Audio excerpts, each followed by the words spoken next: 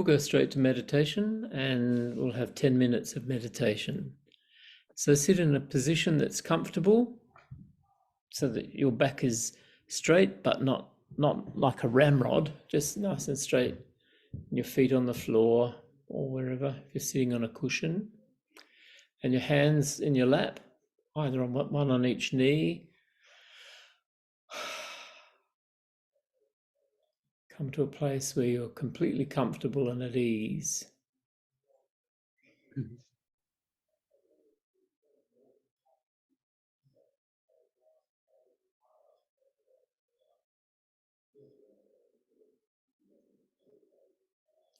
Bring your attention to your breathing. Wherever you most readily experience your breath, whether it's at the nostrils,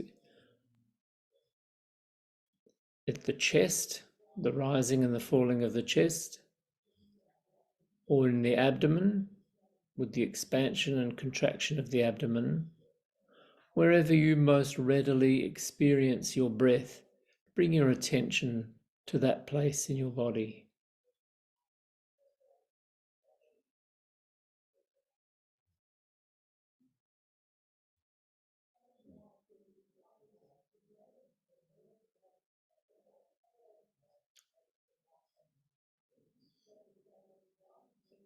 Breathing in, breathing out, keeping your attention as best you can on your breath in that part of the body where you most readily experience it.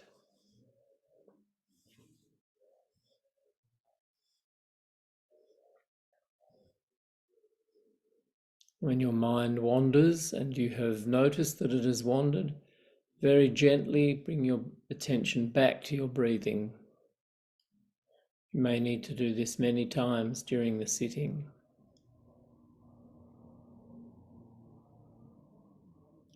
Remembering that it's normal for the mind to move around. There is no question of being of good meditator, bad meditator here. You are just doing your best to keep your attention in the present moment by means of using your breath as an anchor.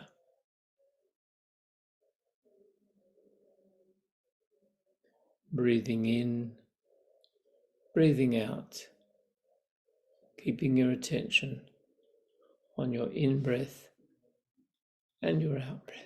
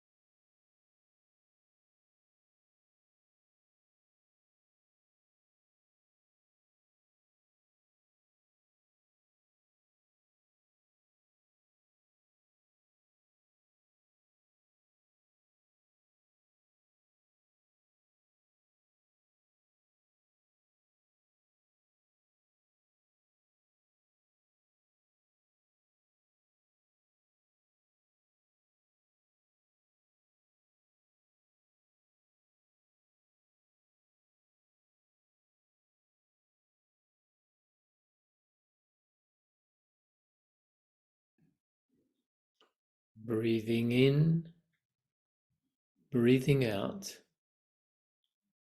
keeping your attention on your in-breath and your out-breath as best you can.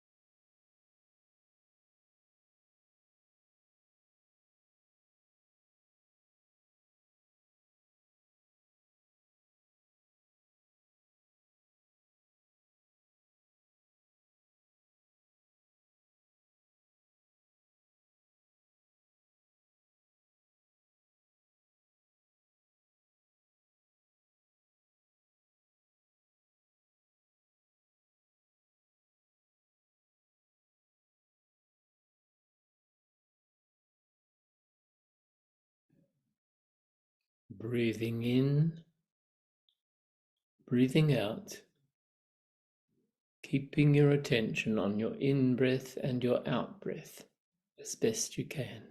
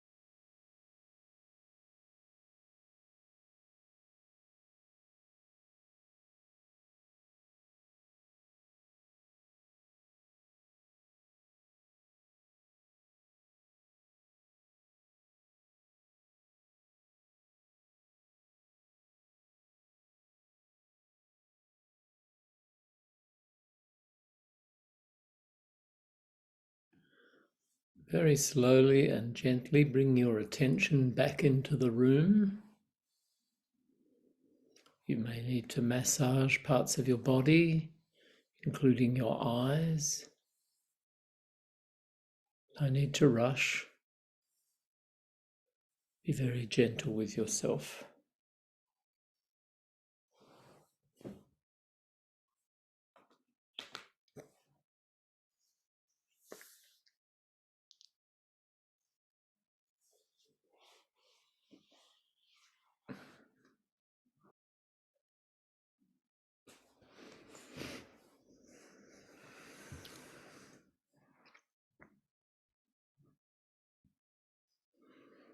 So thank you for inviting me again to share my understanding of the Dharma with you.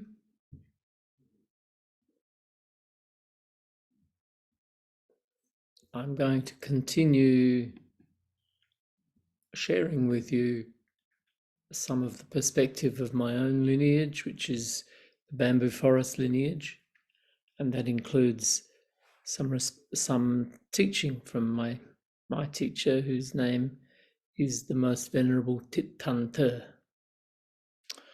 who is 100 years of age. So I've just purchased a new passport because I may need to go to Vietnam in the next little while for his funeral. It's unlikely that he'll live. Oh, he can't talk anyway because he's had a stroke a long time ago, like Thich Nhat Hanh.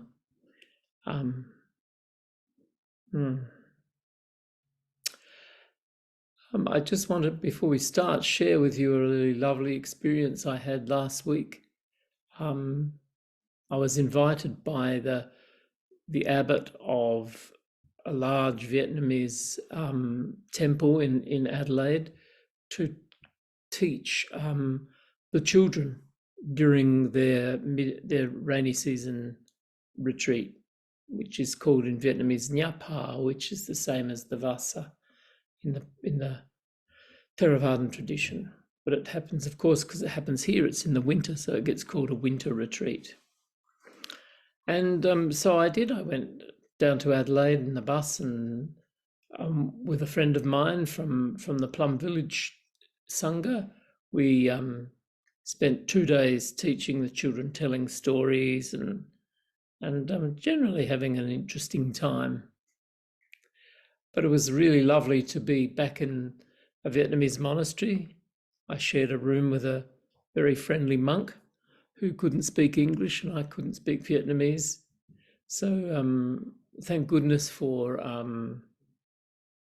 the Google translating thing, so we could share some pretty deep things on Google Translation. It was lovely. And of course, I have this saying that you should never join a religion if you don't like the food, and I love Vietnamese food, so it was really nice to eat some beautiful homemade Vietnamese food. One of the things that was really lovely about this is that the temple is built right next to my old primary school, which I was a student at until 1962. 63, sorry. And so I was able to go home, literally go home. I grew up in a street back from the monastery, from the temple, and the temple itself was built on land where my father taught me to ride a bicycle in 1961. So it was lovely to be right home, right there. And after lunch, we did walking meditation outside. The whole community, the whole of the Fourfold Sangha, we did walking meditation outside. And it was very beautiful to be walking on a lovely sunny day under the sky that I'd grown up under. And I was so conscious of being surrounded by my parents and all of the neighbours that we'd had, all of whom have passed away, to feel their presence and to feel so at home, and to realise that all those years ago, when I was a small child at primary school, I hadn't even heard of Buddhism or Vietnam at all.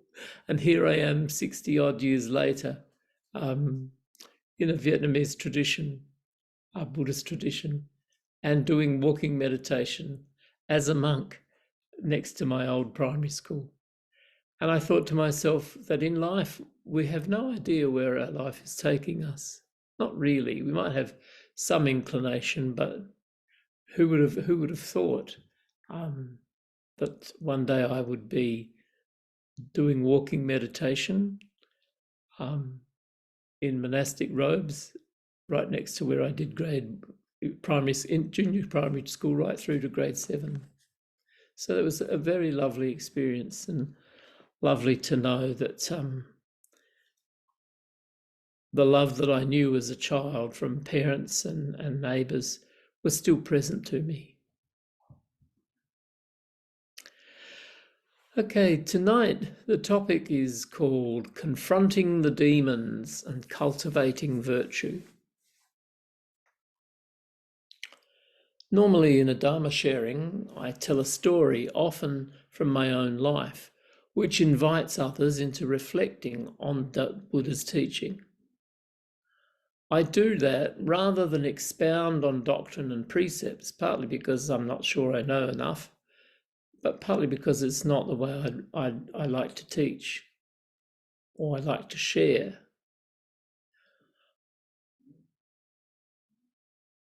I prefer to share my own story and see where that takes us all, rather than expound on doctrine or precepts. But this Dharma sharing tonight will develop some of the teachings on karma and habit patterns that we began to look at in our last Dharma sharing. So just for tonight, I'm going to engage in explaining, from my point of view, some of the teachings insofar as I understand them. And in October, I will return to storytelling to expand on today's explanation of cultivating virtue through the practice of the training in precepts. But before we come to the precepts, I want to think about what is meant by a demon, confronting the demons. So I looked up the dictionary for a definition of demons and found these definitions. A demon is an evil spirit or a devil, especially one thought to possess a person or act as a tormentor in hell. A demon is a cruel, an evil, or unmanageable person. Unmanageable is a very interesting word to describe the demon. You can't necessarily control your demons, at least not initially. A demon is a powerful and often destructive compulsion or obsession. And I think that definition of demon fits very well with our experience of our habit patterns and the unwholesome karma, or the results of unwholesome karma that we practice, that we put into practice. Another definition is that it's something a demon is something very insidious and harmful, such as the demons of injustice, of bigotry and exploitation, and we often speak of the familiar demon drink as something insidious and harmful. So maybe you've grown up with that term in your family, the demon drink. And the word demon also refers to reckless mischief or devilry. But for me, I'd like to focus much more on the definition that refers to it as a powerful, often destructive compulsion or obsession.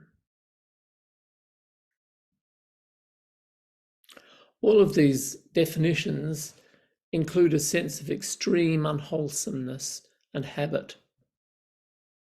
The demonic within us gives rise to thoughts, words, and deeds that are full of greed or attachment, hatred or aversion, and ignorance or blindness of the truth. Clearly, these are the foundations of extreme and potentially destructive self-centeredness. My teacher, Thich, teaches that he or she who engages in religious or spiritual practice is comparable to a combatant having declared a decisive war on his or her demons. He or she must brave them with courage and determination. And that, of course, friends, refers to us. That when we encounter those powerful and often destructive compulsions or obsessions within ourselves, within our own hearts and minds, then we are called upon to be brave and courageous and determined to work with them, to transform them.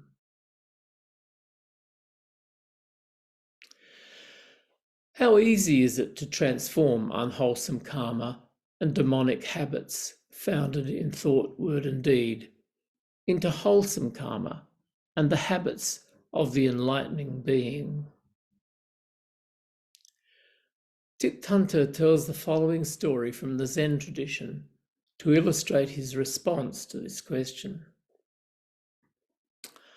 In China, during the Tang dynasty, there lived a Zen master who one day found in a tree a place conducive to his spiritual practice.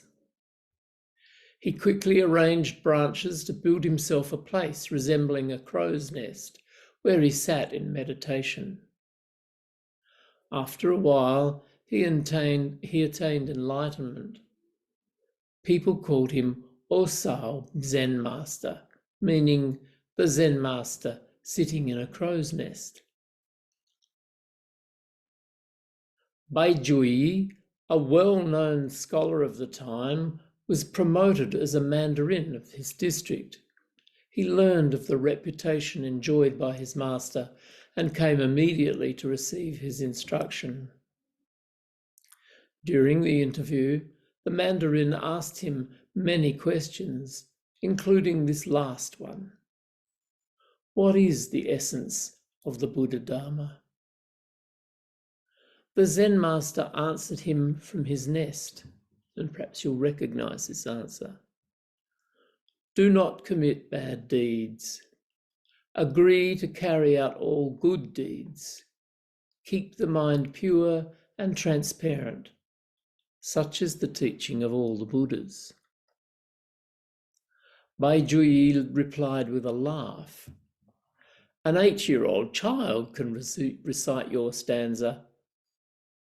The Zen master answered him, admittedly, an 8-year-old child can know it by heart, but an 80-year-old would have a hard time realizing it. The mandarin saluted him and retired. Easy to say, hard to do. In the Dhammapada, in verse 183, it says, avoid all unwholesome thoughts, words, and deeds. Cultivate all wholesome thoughts, words, and deeds. Purify your mind. This sums up the teaching of the Buddhas. And it's worthy here noting that this is Osao's answer to Baijuyi's question, what is the essence of the Buddha Dharma? To avoid unwholesome karma, to cultivate wholesome karma, and to purify the mind. This sums up the teaching of the Buddhas. And it's easy to say, but not so easy to do. This quote from the Dhammapada is the foundation, I think, of Buddhist ethics and is referred to in Zen Buddhism as the threefold pure precepts. Reverend Shohaku Okumura, who is the director of the Soto Zen Buddhism Center, teaches that by receiving the precepts, we become Buddhists. He says that since Buddhism is not an ethnic religion, no one is born a Buddhist.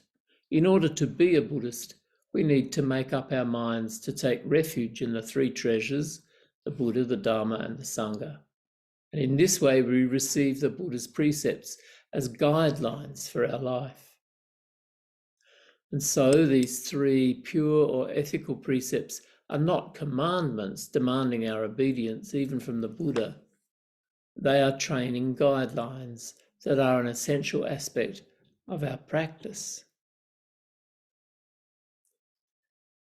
These three pure precepts offer a means of interpretation for the specific precepts to follow. In our case, the 5 precepts. And they provide guidance in situations where no specific precept seems to apply or where precepts seem to conflict. So quite often there'll be the question, like for example, a couple of years ago when we talked about the ethics surrounding, or the Buddhist ethics surrounding euthanasia. You may remember that talk. There was nothing really straightforward or clear. There were various opinions about it, and so what we use as a guide in terms of ethical thinking are these 3 pure precepts: to avoid doing that which is unwholesome, to engage with that which is wholesome, and to purify the mind of greed, hatred, and ignorance. So in applying those 3 precepts, we might come to our own ethical response to rather challenging ethical concerns. Purifying the mind. The Buddha teaches that we are subject to an addiction to self, the I, me, mine, to what is called in Pali atta attaniya. And that means the self and things of the self. We can say that the consequences of this unexamined addiction to atta attaniya, also expressed by Buddhadasa Bhikkhu as self-centeredness or selfishness, are greed or attachment, hatred or aversion, and ignorance or blindness from the truth. These 3 poisons that are at the root of all of our suffering can be healed or transformed through the practices taught by the Buddha. And these practices are called the Noble Eightfold Path, summed up as wisdom or understanding. In Sanskrit, that's prajna. In Pali, that's panya. Ethical, moral, or virtuous living. In Pali, that's sila. In Sanskrit, that's shila. And concentrative mindfulness, or total self-collectedness, which is samadhi. Through the practices of purifying the mind, greed or attachment becomes generosity, or self-giving love. Hatred or aversion becomes love, compassion, sympathetic joy, and open-heartedness, or upekkha. Finally, ignorance or blindness of the truth becomes understanding and personal experience of the 3 marks of existence, that is, the impermanence of all phenomena, which we call anicca. And this includes the phenomenon I call myself and that is anatta. And these two we understand as the roots of all unsatisfactoriness and distress, or dukkha. So I will cease from evil. This commits me to an aspiration to harm no living thing. It is a question to the innermost place of my heart. Is what I am about to do harmful to any living being, including myself? Is it a thing which is to be abstained from, a wrongful thing, an unwise thing? In one sense, as I said in a recent Dharma sharing recently, evil does not exist. There are only unwise actions done in ignorance and confusion. If I am to abstain from harming living beings, how might I respond to them? Purifying the mind and acting thereby out of generosity, self-giving love, compassion, sympathetic joy, open-heartedness, understanding and wisdom results in doing only good and having the will to do good for others. I will do only good.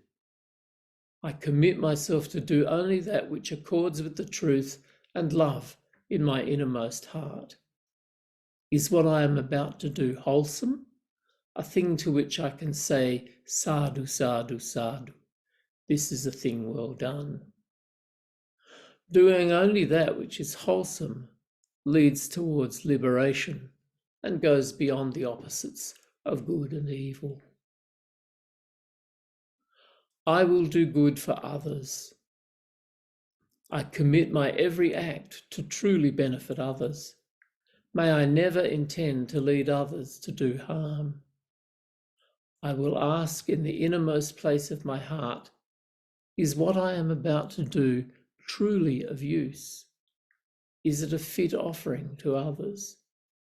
Does it accord with the purification of my heart? If we can honestly say that in every circumstance in life we have considered carefully these three pure precepts, then we can rest in the knowledge that we have done our best. And this is all that Buddhism ever asks of us. Mistakes will still be made, of course, for we are human, but they will have been made with a pure heart of wholesome intention, and in the big perspective, that's what really matters. We must find our own ways to listen to the quiet, still innermost place of our hearts, only doing the best we can. There are no formulae, no easy answers. There is no general recipe for creating a pure heart. We can only put together our own recipe and bake our very own cake. And today I was thinking about this very thing of making mistakes. We talk about making mistakes. Now, I'm not sure, Frank, if you remember, there was a teacher who went to Wat Buddha Dhamma. He was supported by Ayakema, called Anagarika Munindraji. I don't know if you remember him. Well, he was an Anagarika. He lived according to 8 precepts. He wore white robes and shaved his head. And he was a very old Indian man.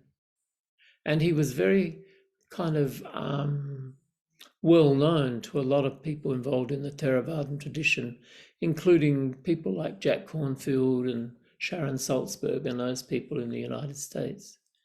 Anyway, he came to Australia and Ayakema invited him to stay in Wat Buddha Dhamma. So I went for the retreat that he taught. And one day he gave time over to answering people's questions. And so I went and had with a question for him. And he was a lovely, gentle old man. You didn't feel in the least bit sort of overwhelmed by his presence. And I said to him, I'm thinking I want to become a monk. but I'm scared I might be making a mistake. And then he said something to me that I've never forgotten. There are no such things as mistakes. There is only learning. And I was released really in that moment from a terrible burden of feeling bad when I made a mistake. No, you don't need to look at it as something bad or wrong. It's just an opportunity to learn something. And that's come up for me when I was a school teacher teaching children. I was amazed that even little ones in junior primary school, little 6-year-olds, were scared of doing certain things because they thought they'd make a mistake. So I told them the story of Thomas Alva Edison, who had to spend 1,000 attempts at creating the electric light globe before he perfected it. Did he make mistakes? No, he just had to try and try and try until he succeeded. So we mustn't, I think, in our spiritual lives be too concerned about making mistakes, as long as they're the things that we learn from and grow from. We're bound to make mistakes with the precepts and all sorts of stuff in our lives, but it's not anything to be ashamed of or worried about. It's just an opportunity to learn. So in order to realise this transformation of unwholesome karma and demonic habits into wholesome karma and the habits of an enlightening being, Thich suggests that the Buddha engages non-monastic practitioners in the observance of the 5 precepts, or what he calls the 5 virtues, after taking lay ordination in the 3 treasures. Uttam Saratam Gacchami, Dhammam Saratam Gacchami, Sangham Saratam Gacchami. I take refuge in the Buddha, the Dhamma, and the Sangha. And then we take the refuge, the precepts. This process of adopting the 5 wonderful precepts common to all Buddhists seems simple. But Osao Zen Master said to the highly educated Mandarin Bai Juyi, it is by no means easy. When we take this on, we're not taking on anything that's easy. So when I transmit the 5 precepts to people, I use an English version of the Vietnamese iteration found in my own bamboo forest tradition. And this is what they are. I undertake the training to avoid killing living beings and to cultivate loving kindness and compassion. I undertake the training to avoid that which is not freely offered and to cultivate generosity. I undertake the training to avoid sexual misconduct and to cultivate contentment and respect. I undertake the training to avoid using harmful speech and to cultivate kind and moderate speech, along with deep listening. I undertake the training to avoid the use of drugs and alcohol and to cultivate a healthy mind and body. In this version of the 5 precepts, the first half of the precept refers to that unwholesome behaviour the Buddha suggests we should avoid. The second part of the precept refers to the related virtue we are invited to cultivate. So you've probably heard all of this before, and probably several times, not many times. But I needed to say these things in order to prepare us for the Dhamma talk in October. And I wanted to get our sharing underway tonight by inviting you to consider the precept that you find most challenging. Which of the 5 precepts is for you the most challenging? And to consider your experience of cultivating the virtue related to that precept.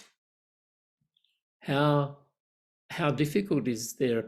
Is there a precept that's very challenging for you? And how do you go about cultivating the virtue related to that precept? Thank you.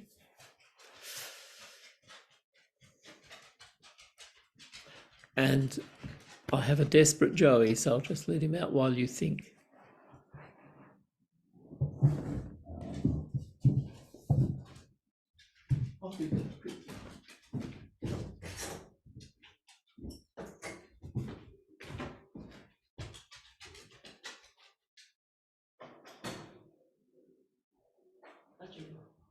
Come on.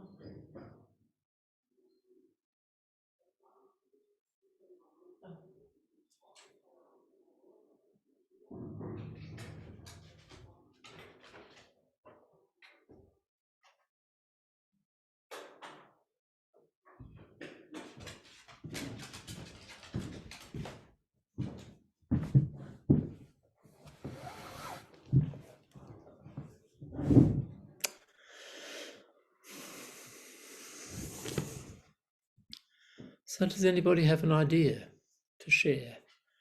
What is the precept that I find most challenging? And what is it like trying to cultivate the related virtue?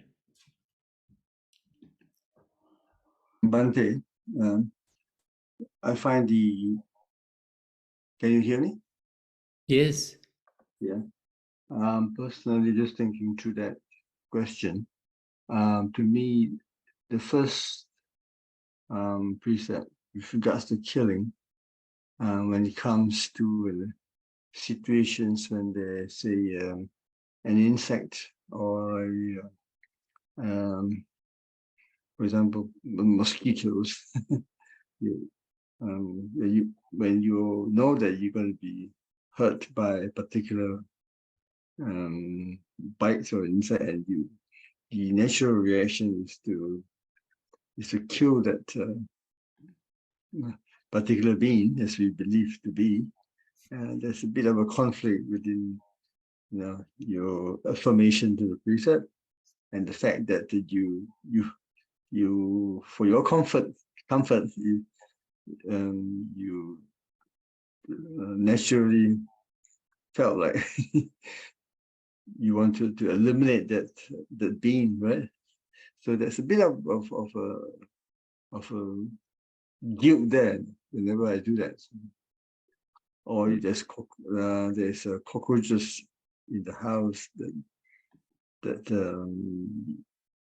you want to dispel with an insecticide in order to stop them from contaminating your food or your living environment. Yeah, that's one simple example that I can think of.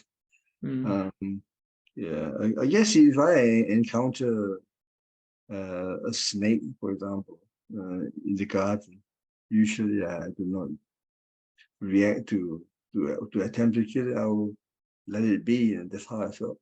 In my earlier days, before all this understanding, I would probably want to be on the offensive, but not anymore. In that way, I've learned in that sense.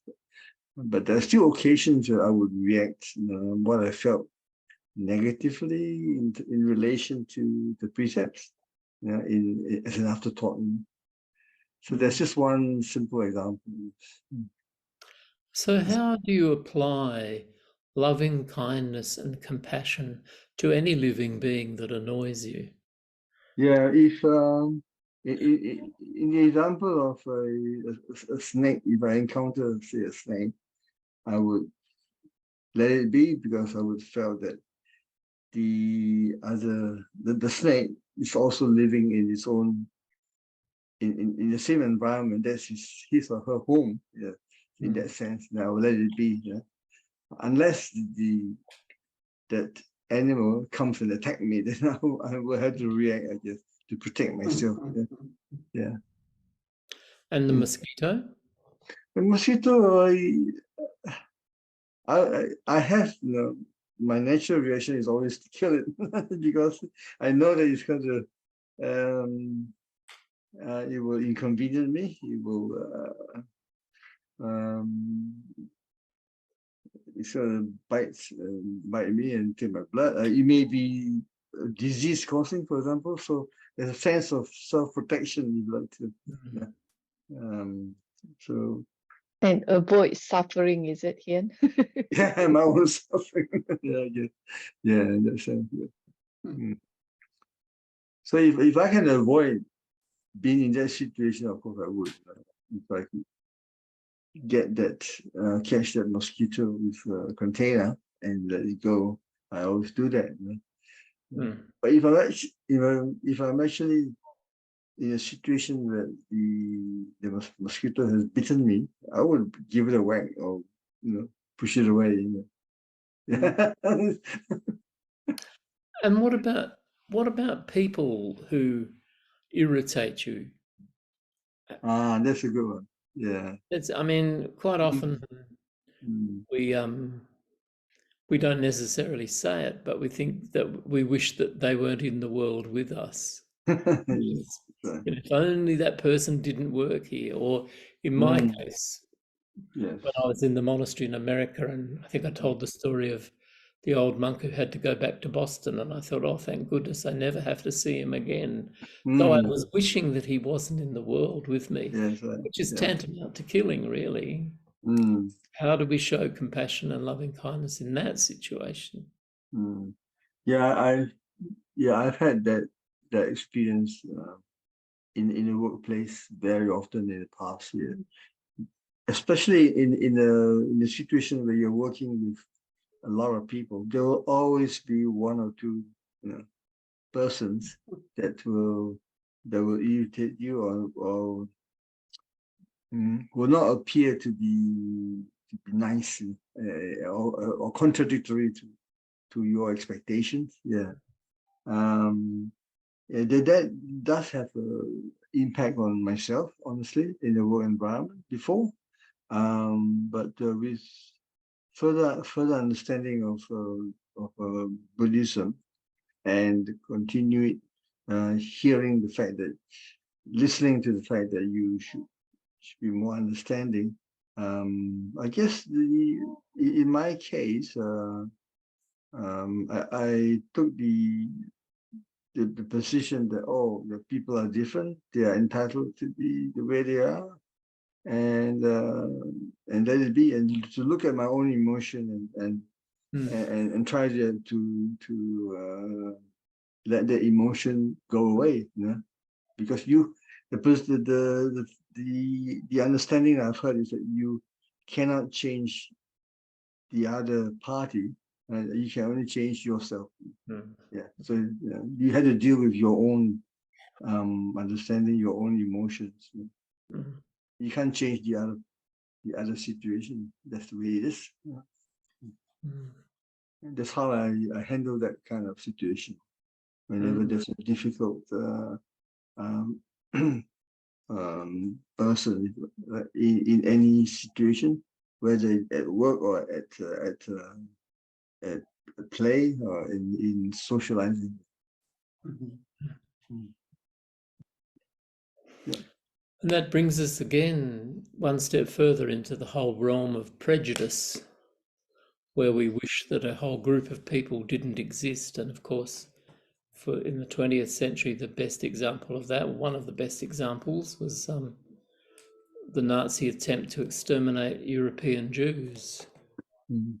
If you've made the decision about yourself in relation to other people, and the only thing you can do is to eliminate, literally kill them. Yeah. Yeah. So we've moved from a mosquito to an entire group of people, but it's the same thing.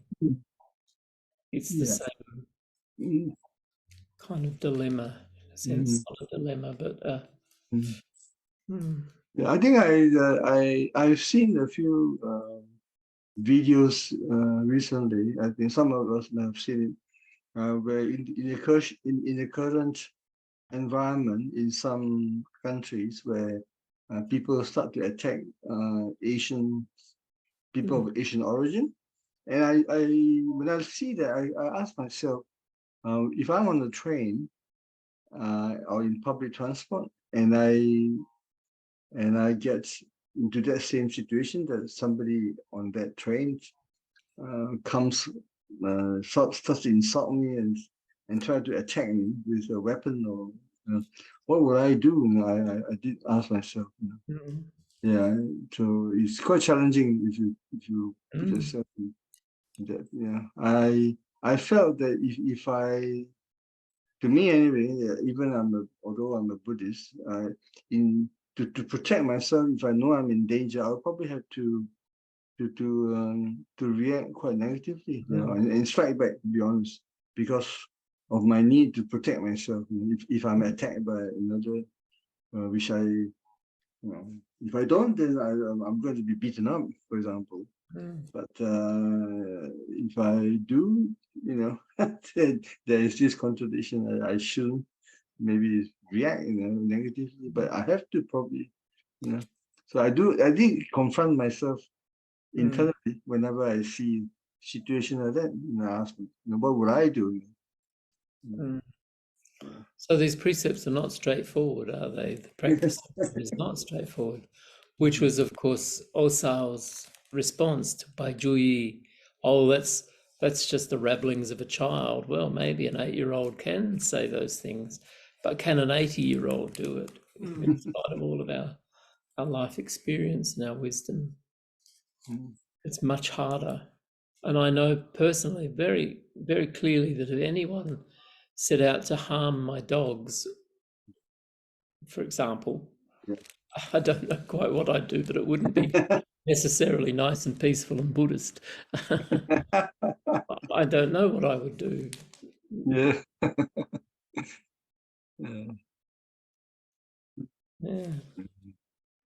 Yeah, it's interesting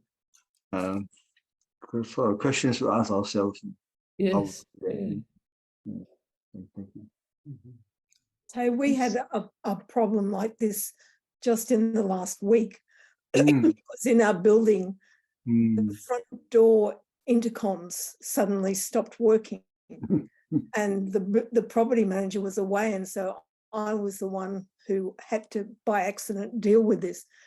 And so I got the electricians, and the electricians came and looked at it and took it apart. And what they discovered was that a huge nest of ants had moved into the intercom on the ground floor. And so it was not functional any longer. So, in the end, I had to say to the rest of the building occupiers, do you want the ants exterminated? And they agreed that they certainly did, because everyone was sick of running up and down the stairs trying to get the door open before the Australia Post person went away and gave up. But it's, without the intercom, the building doesn't function. And I have some sympathy for the ants, because they'd obviously moved in because it was warm in winter. So quite a nice place to live for an ant, or the hundreds and thousands of ants that were there.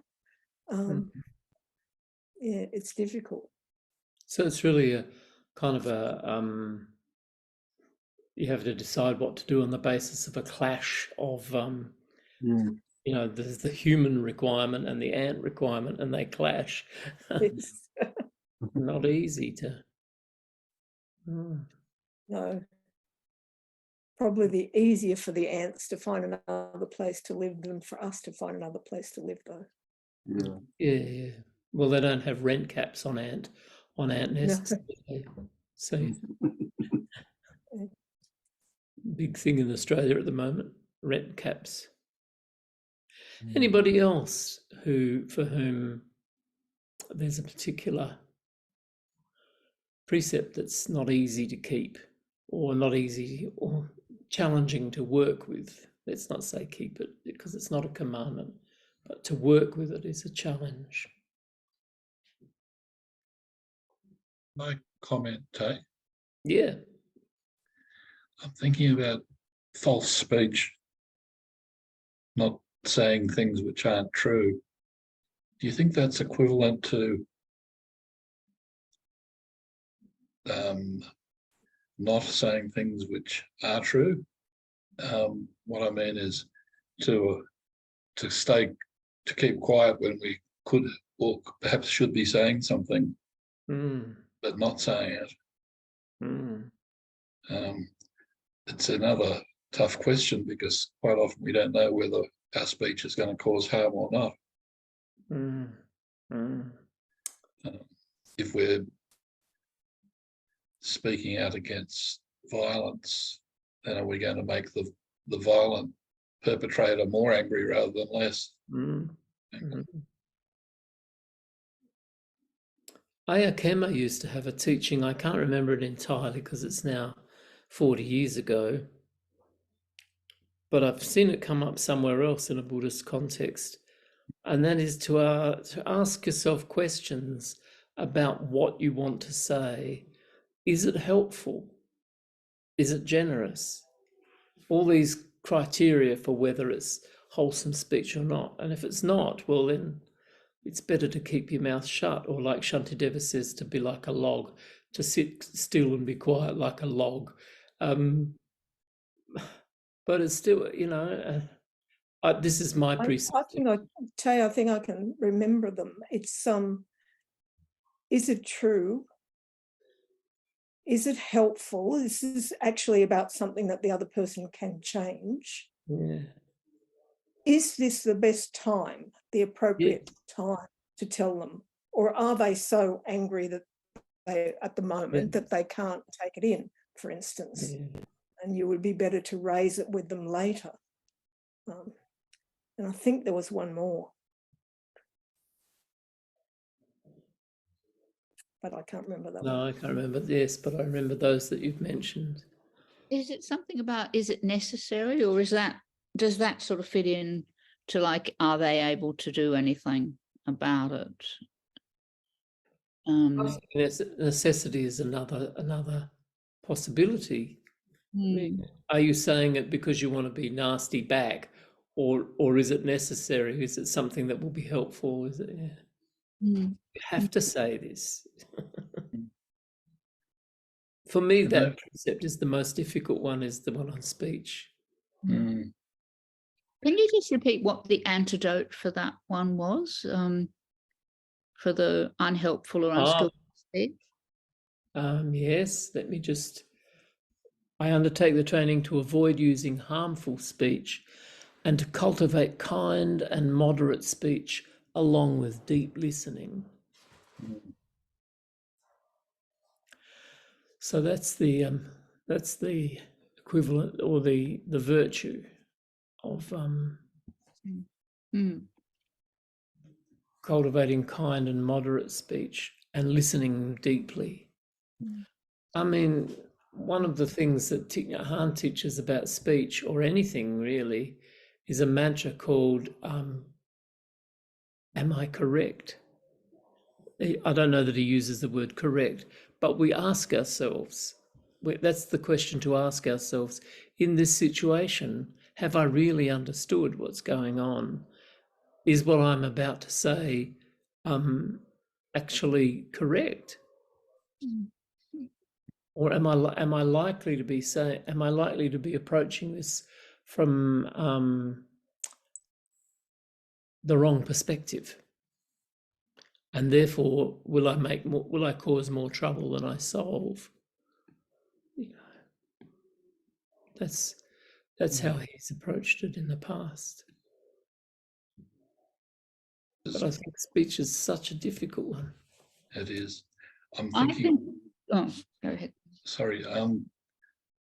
I've seen. I think I did a workshop once on being an ally to people who are being attacked because of race in a public place, and it's sort of like the case that there's no mistakes. Like, not everybody can do the perfect response, and some people are better suited to just standing there quietly beside the person, or going and getting the police, or standing up and engaging directly with the perpetrator. There's different useful solutions to that dilemma of what is right speech.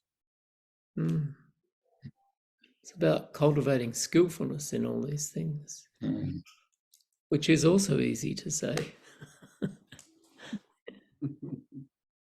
But for instance, if you're a person who's 2.5 meters tall, then you might be better suited to standing quietly on the edge rather than charging into the middle of the action. Mhm. Whereas somebody who's very articulate might have a different role to play. Mhm. Yeah. Very challenging, isn't it? Yes, thank you. Yesterday I had a conversation with a very dear friend of mine on WhatsApp, and we became friends when I was a teacher in Zimbabwe, and her family were amongst, just like mine coming to South Australia at the beginning of this colony. Her family were part of the pioneers to what became Rhodesia. And whenever I talk to her, I end up just talking lots and lots and lots and lots and lots about Zimbabwe. And yesterday we were talking, and I was talking, and she said, I have to go now. I've got a tradie at the door, and tradies are like hen's teeth, especially in rural areas. And then I thought, oh, did I just go on and on and on at her about Zimbabwe, even though that's not a bad thing? Did I just appropriate the entire conversation to my own needs? And I thought about it, and I thought, I suspect I did. And I also understand that when I came home from Zimbabwe, nobody in Australia was in the least bit interested in my experience. So for 40 years, I've sat with this most extraordinary experience and no one to talk to about it because no one's interested. So sometimes when I get with either Roberta or a very dear Scottish friend of mine who also taught with me in Zimbabwe, that's all I can talk about and talk furiously about it. But still, there's the problem with I've appropriated this entire conversation, and it's a big challenge. And men talk a lot. Men take up a lot of space without talking, and that's another issue. Like if I'm talking with a woman, how much am I shutting up so she gets to say what she needs to say? And I can't always put it down to having Irish ancestry, even though they talk a lot. I can't always put it down to that. It's a big challenge. May I?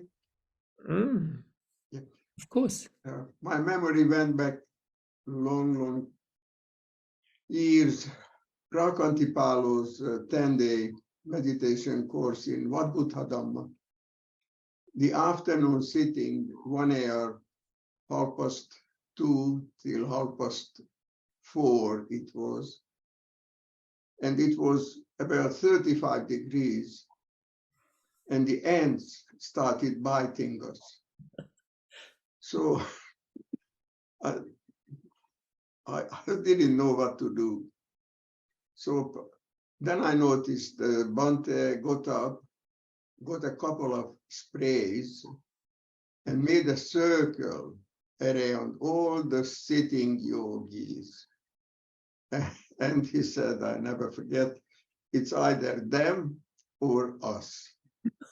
So this was at the end of the 60s in the old Sala, which was really hot. So then my wife is cooking, and some flies, I don't know how they get in. Frank, come on, fix up the flies, they get on the meat. So to save her from bad karma, I killed the flies with a squatter. But I'm learning slowly. I have a small garden and I planted pennywort. It's an old Chinese plant, and it helps against inflammation of the joints, muscles. It's very good and really helping against arthritis, rheumatism, etc. But a few weeks ago, we had constant rain. And what happened, everything died in my garden because of that heavy rain for days and days. But then miracle happened. My pennyworths started to grow back. But very little worms chewing half of the leaves and leave the other half on its whatever. So every day I eat 15 pennyworths because I had a hip operation and the arthritis is not helping even the operated one. And I keep talking to them. Okay, guys, we share it.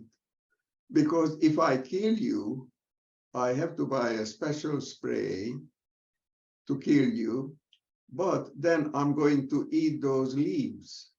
So actually, let's make peace. You eat, I eat, we share it, because I cannot spray it, otherwise I poison myself sooner or later.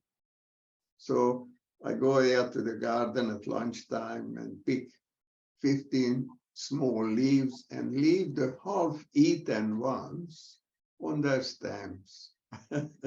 So I laugh that I'm a Buddhist for a long time and I learned about the precepts, how to keep them, even if it's difficult. But my biggest problem was with the precepts, the thoughts, thinking. Like past 6 years, I'm living a celibate life. But I used to work in the gelato bar that's on Bondi Beach. And after work, when you get there, all the most beautiful young women on the beach coming up to the shop where I work. And of course, my heart started beating non-stop. So I was blaming myself and I said, Frank, you're going to be reborn again if you go on with the thinking and still desires in you. But man, I think we are all pigs in that respect. Sorry about that, man, who are here tonight. That was Somerset Maugham saying that that men are all pigs. Yeah. So my question is, Thay, that is the thinking breaking the precept? The desire still left in us. Is it breaking? I don't believe it is. I'm actually going to talk about this in October. So I won't give too much away now, but you know, there are certain things in our humanity that are what's the word? They're like instincts, and you know, eating food, needing to eat food is something that we can't avoid. We can't avoid those feelings coming up, the feeling of hunger. Sexual desire is something that we can't avoid coming up. It's part of our humanity, because for no other reason than it's the very powerful force that helps us continue to procreate and maintain the species. And for some reason or other, which I don't understand, life has a longing for itself. Life wants to keep going. So I don't think that the rising of sexual feelings is the problem. The problem is how you deal with them and how you deal with them in an ethical kind of way, and what you learn from them. Yeah. But you know, most of our thoughts, most of our negative thoughts are unbidden. We don't sit there and fabricate them. We don't, what the Catholic Church calls entertaining. I don't entertain sexual thoughts, but that doesn't mean they don't come up. They come up in, I think that as Prakantipala used to talk about, feelings that were unbidden, that we didn't ask them to come. They just arose within us, And sex is sex, and hunger, and those things are, you know, they're not going to go away. You can be celibate all your life, but those feelings will still come up. Before I entered the Benedictine monastery years ago, I met a lovely old, I say old, she was 65, which is now 6 years younger than I am now, but she was an older lady at that time, and she was a nun, a Catholic nun, and she asked me how I felt about entering a Benedictine monastery, and I said, well, the only thing that I'm concerned about is how easy will it be to maintain a celibate lifestyle? And she looked at me very kindly and she said, that never goes away. Difficulty of remaining celibate never goes away. And this was a 65-year-old woman who'd probably been a nun since she was 20. So that's 45 years of practice, but the feelings still arise. So, you know, it never goes away. So I don't think that's unwholesomeness. It's what you do with the thoughts, what you do with the feelings, whether you act on them, and not only whether you act on them, but how you manage them, how you learn from them, how you deal with them, what you do with them. And I don't know that just suppressing, I don't think suppressing them either is a wholesome approach. Yes, the best thing I can do is tell myself, it's just a thought. Well, you can, or you can. Now I'm getting into saying what I want to say next time, but one of the things that helps me is to have a look at what are the longings that underlie the desire, what are the longings that I have, and to really have a good friend that I can talk about that with and discharge the emotions that come up with those longings, you know. Yes. So, but it never goes away, never, not completely.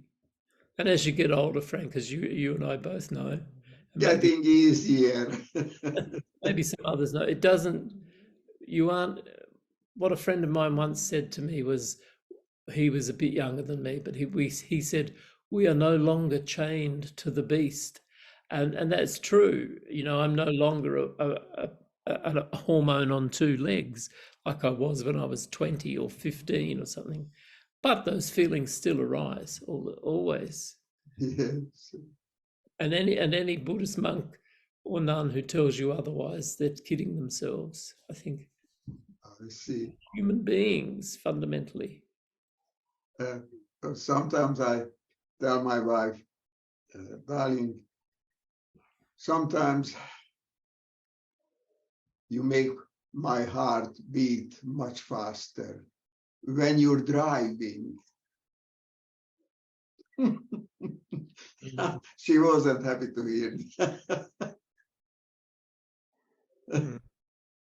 Naughty Frank. I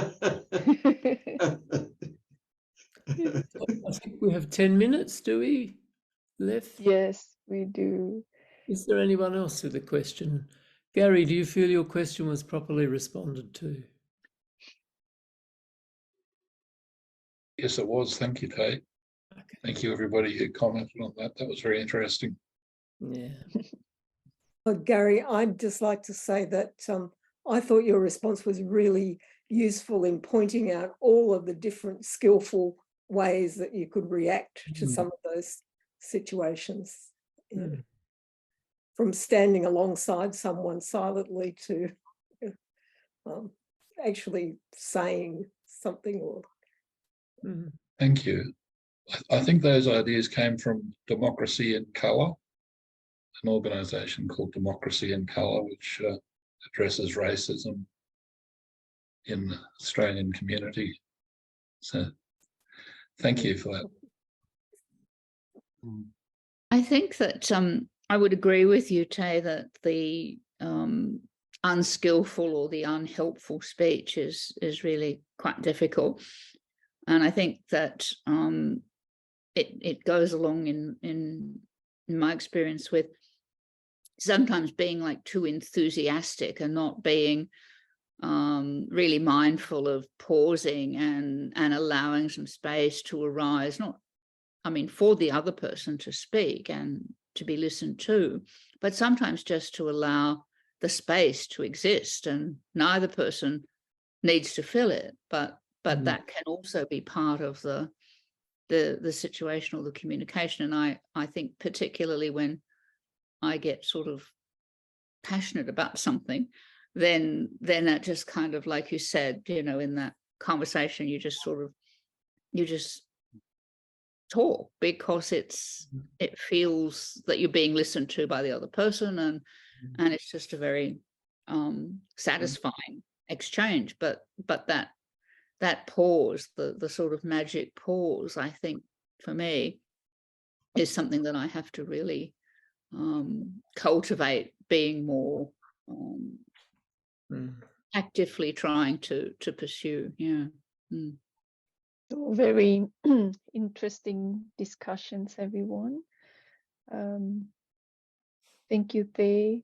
You know, you always come in and always bring your very honest and humble teaching and sharing with us. It always makes our heart feel very warm, and your talk is always very insightful and inspiring and very empowering, and especially your sharing. It's very down to earth, you know, like it touches us. It's not like something high out. It's just let us feel that, you know, we're all equal. We all feel the same way and things. So thank you, Thay, so very much. So thank you, Thay. So would they give us blessing? Thank you. May the wholesome energy that we have generated here tonight with one another and at any other time in our lives be for the benefit of all living beings. May all beings be well. May all beings be happy. May all beings be free from suffering. May all beings know peace and joy and the causes of peace and joy. And may we continue to walk the Buddha's path of truth and love together. Sadhu, sadhu, sadhu. Sadhu, sadhu, sadhu. Thank you, Thay. Thank you very much. And Thank please you. keep warm. Please take care. Thank I'm you. looking forward to seeing Thank you. you, Thay. Thanks. And